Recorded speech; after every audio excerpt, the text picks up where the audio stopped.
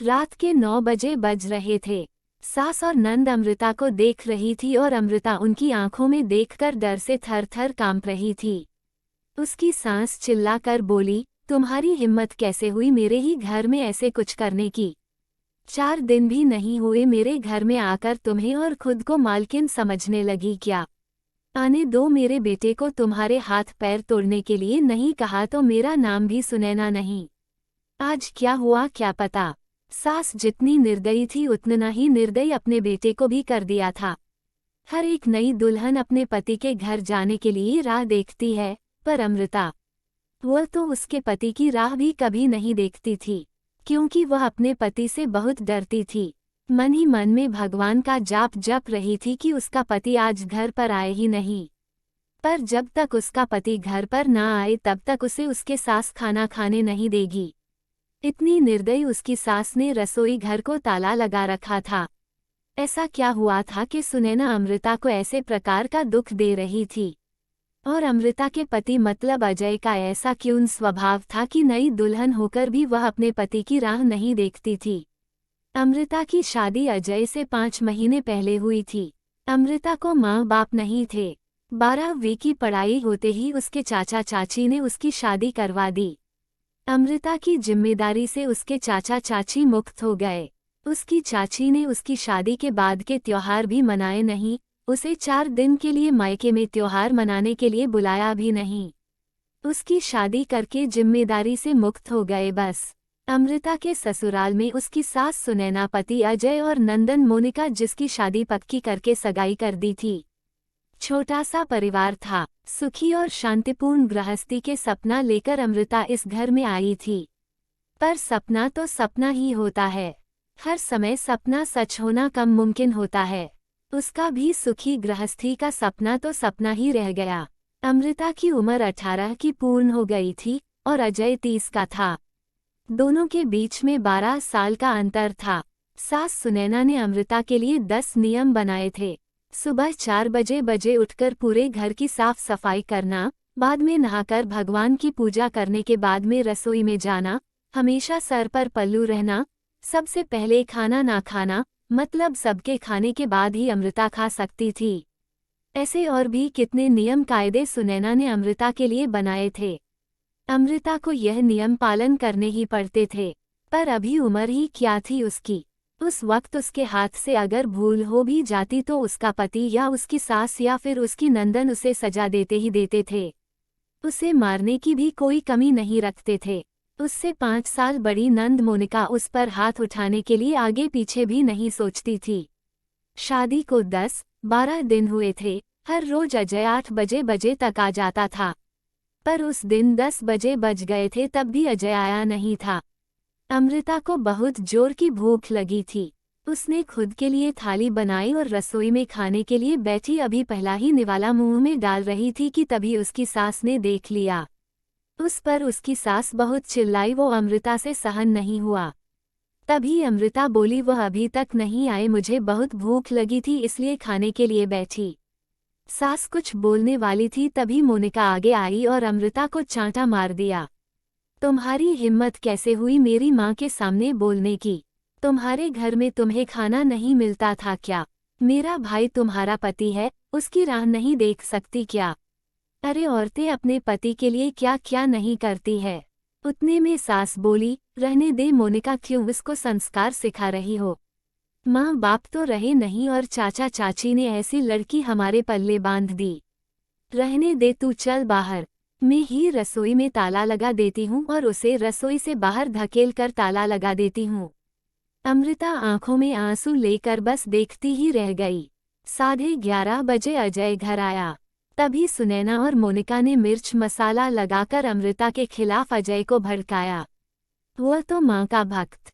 इतना ही सुनकर उसने गुस्से में आकर अमृता को थप्पड़ मारा। उसे उस दिन खाना भी मिला नहीं। अभी आज की ही बात ले लो, अमृता रसोई घर में खाना बनाकर सुनैना और मोनिका को खाना दे रही थी। दोनों हॉल में टीवी देखते देखते खाना खा रही थी और इधर अमृता एक एक गरम गरम रोटी उनको परोस रही थी। आज सुबह अमृता को सिर्फ एक ही रोटी उसके सास ने खाने को दी थी। अमृता को बहुत जोर की भूख लग रही थी। पर अजय तो 10 बजे के पहले आने वाला नहीं था। पर अमृता को भूख सहन नहीं हो रही थी।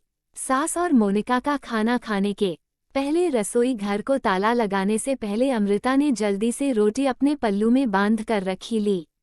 जब माँ बेटी का खाना होने के बाद उन्होंने अमृता को बाहर निकालकर रसोई घर पर ताला लगा दिया और दोनों उनके रूम में आराम करने के लिए निकल गई।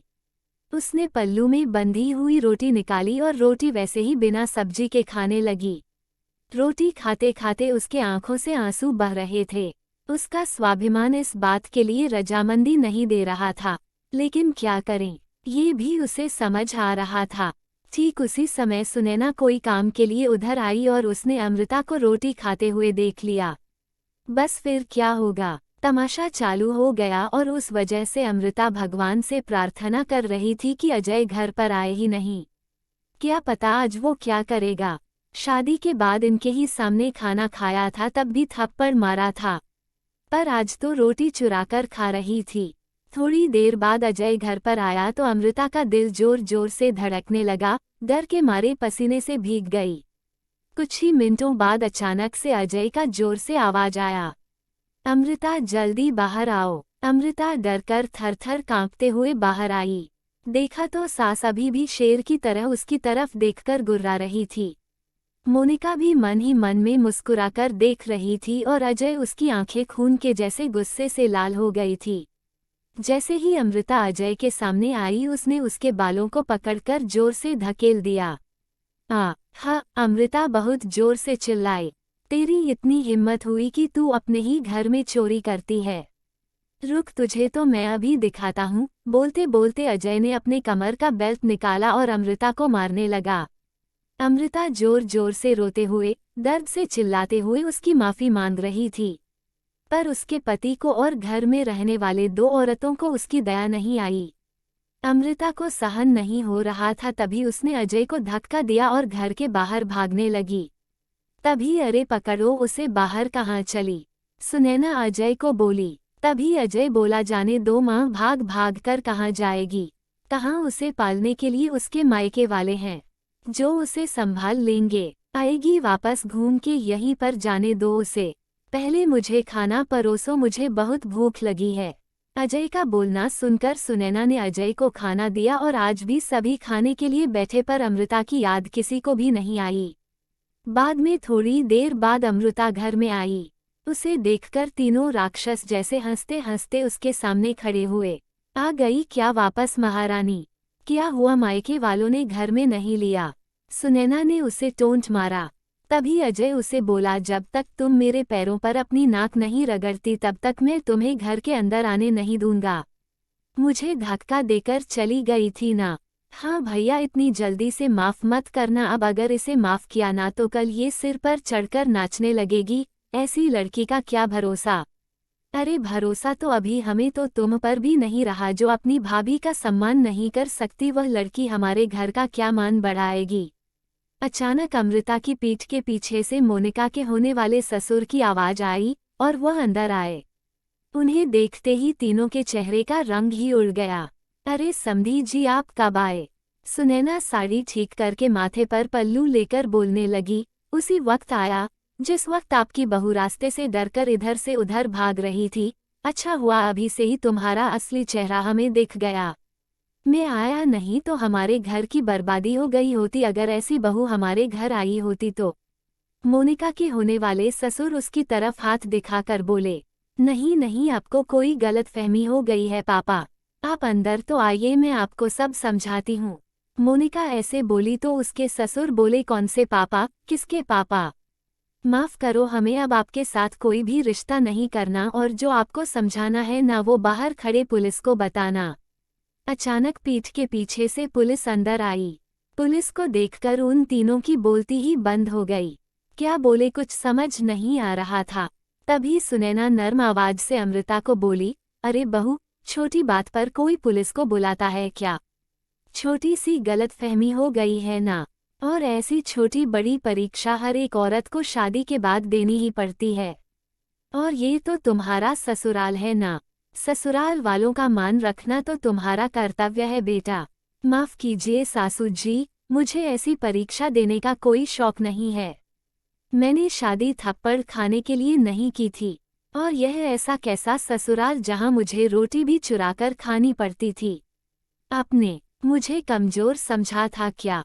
मेरा मायका नहीं है पर मैं कमजोर नहीं हूँ।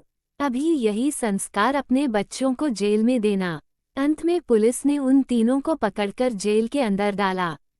मोनिका की ससुराल वालों ने शादी तोड़ दी और अमृता को एक स्वयंसेवक संस्था ने आगे जाने का मार्ग दिखाया। अमृता संस्था के साथ में काम करके लोगों को घर में होने वाली घरेलू हिंसा के बारे में जागरूकता फैलाने लगी। उसने अभी सही मायने में जिंदगी की नई शुरुआत की।